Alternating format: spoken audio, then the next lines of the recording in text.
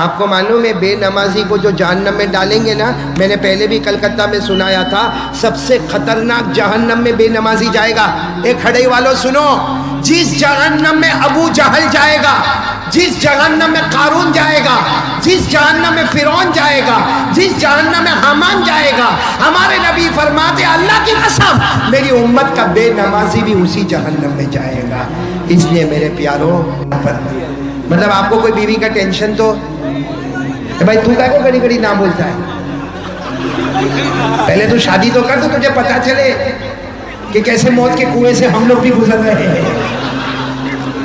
دیکھو سب ہنس رہے ہیں۔ وہ معلوم ہے آپ کو، معلوم ہے ایک بیوی تھی، سنو سنو بھائی کہاں سے آواز آ رہی ہے؟ صاف کرو۔ ایک بات سنو پھر ہم آخری بات پر آتے ہیں، سنیں گے سب سنیں گے انشاءاللہ۔ ایک بیوی تھی، بیوی ہے وہ 17 18 سال 20 سال سے اپنے شوہر کے ساتھ میں، آمین بولو آمین۔ ایسے یہاں بہت سارے شوہر ہوں گے نا، 18 سال 20 سال، تم کو کتنے سال ہوئے؟ 10 سال میں، ہو سکتا ہے تیری بیوی ہوگی۔ مطلب اچھا خاصا میاں بیوی ساتھ میں رہتے ہیں، لیکن اب شوہر ہے نا، شوہر وہ کبھی کبھی سوچتا ہے کہ کب تک یہ بیوی روز بیوی کے ساتھ رہنے کا، کہیں ایک آدھ ہفتہ ایک آدھ مہینہ ماں کے گھر جاوے تو میرے کو تھوڑا دماغ میں ہاں بولتا ہے آرام ملے، تو بیچارہ سوچتا ہے کہ میرے کو آرام ملے۔ اب ایک دن اچانک کیا ہوا، صبح میں اٹھا، اب بیوی کیا کہنے لگی، اپنے شوہر کو کہنے لگی کہ میرا جی چاہتا ہے کہ 1 مہینے کے لیے ماں کے گھر چلی جاؤ، ہم 17 18 سال سے ساتھ میں، ذرا 1 مہینہ ماں کے گھر رہ کر آؤں گی۔ شوہر سامنے تو بول نہیں سکتا کہ جا، بول سکتا؟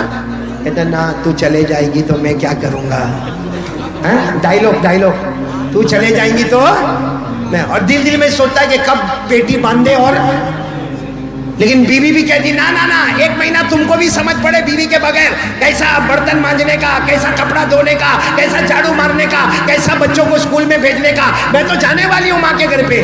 اس کا بھی دل تھا کہ یہ ماں کے گھر پہ جائے، لیکن کیسا بھی کر کے بیوی کو تیار کیا، اور بیوی بولو کہاں چلی گئی، ارے بولو نا کہاں چلی گئی، وہیں کے گئی، کتنے مہینے کے لیے، آپ کو برابر یاد ہے، 1 مہینے کے لیے چلی گئی وہ۔ اب یہ آرام سے گھر میں آیا نا، اپنا کیلنڈر تھا نا، کیلنڈر اس کو دیکھ کر خوش ہوتا ہے، آج کی تاریخ کو گئی ہے، 30 دن کے بعد واپس آئے گی، روز کا پروگرام بناتا ہے، 1 تاریخ کو یہ دوست کے گھر پہ، 2 تاریخ کو وہ دوست کے گھر پہ، 3 تاریخ کو ادھر جانا، 4 تاریخ، پورا کیلنڈر اس نے تیار کر دیا۔ لیکن روزانہ فون کرتا ہے، ہلو کیسی ہے، تیرے بغیر تو یہاں کچھ اچھا ہی نہیں لگتا ہے، اور وہ وہاں سے خوش ہوتی ہے، ہاں میرے کو معلوم ہے میرے بغیر تیرے کو نہیں اچھا لگتا، اور یہ یہاں سے ڈائلوگ مارتا آئی لو یو، اور پھر کبھی بولتا آئی مس یو، اور کہتا ہے یہاں تو میرے کو اندھیرے میں بھی تو نظر آتی ہے، وہ وہاں سے خوش ہوتی ہے، حالانکہ فون رکھ کے بولتا ہے 1 مہینہ نہیں 2 مہینے کے بعد واپس آ جا۔ اب اچانک 10 دن ہوئے، بولو کتنے دن ہوئے، اور بیوی کا فون آیا کہ میں آ رہی ہوں، کتنے دن میں واپس آ رہی ہے، گئی تھی کتنے دن کے لیے، تو یہ فون پہ پوچھا کیوں آ رہی ہے 10 دن میں، تو مہینے کا پروگرام نا، جیسے تم کو نہیں اچھا لگتا میرے کو بھی یہاں پہ اچھا نہیں لگتا۔ اس نے اپنا سر پہ ہاتھ رکھا، اور بیوی نے بتا دیا کہ ریلوے اسٹیشن پہ آ جانا، میری ٹرین کی بکنگ ہو گئی ہے، یہ میرا ڈبہ نمبر ہے، یہ میرا سیٹ نمبر ہے، اور برابر پلیٹ فارم پہ آ جانا، میں سامان زیادہ لے کے آ رہی ہوں ماں باپ کے گھر سے۔ اچھا میرے کو سچ بتاؤ، یہ پلیٹ فارم پر گیا ہوگا تو اس کا موڈ اچھا ہوگا کہ خراب ہوگا؟ ہاں ایک دم خراب۔ ہاں میں تو کبھی کبھی بولتا ہوں ایسا گیا ہوگا جیسا چوسا ہوا آم، ایسا تھوبڑا چڑھا کے یوں گیا، پلیٹ فارم پہ یوں ہاتھ باندھ کے کھڑا ہو گیا، اتنے میں وہ ٹرین آئی، برابر ڈبہ سامنے آیا، وہ بیوی سارا لگیج لے کر، سارا سامان لے کر اترے، اور اس کو کہے لے یہ پکڑ، یہ کہتا ہاں چل جلدی لا ادھر رکھ دے، لا ادھر رکھ دے۔ وہ بیچاری بولتے میرے اماں ابا نے تم کو بہت سلام بولے، ہاں تو بھی بوٹا بوٹی کو سلام بول دے، چلو چل۔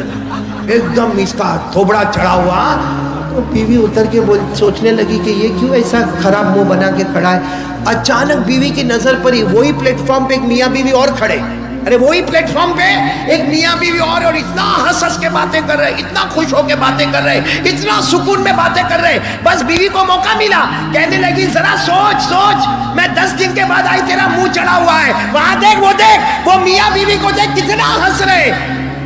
یہ کہتا ہے وہ پگلی چھوڑنے آیا ہے،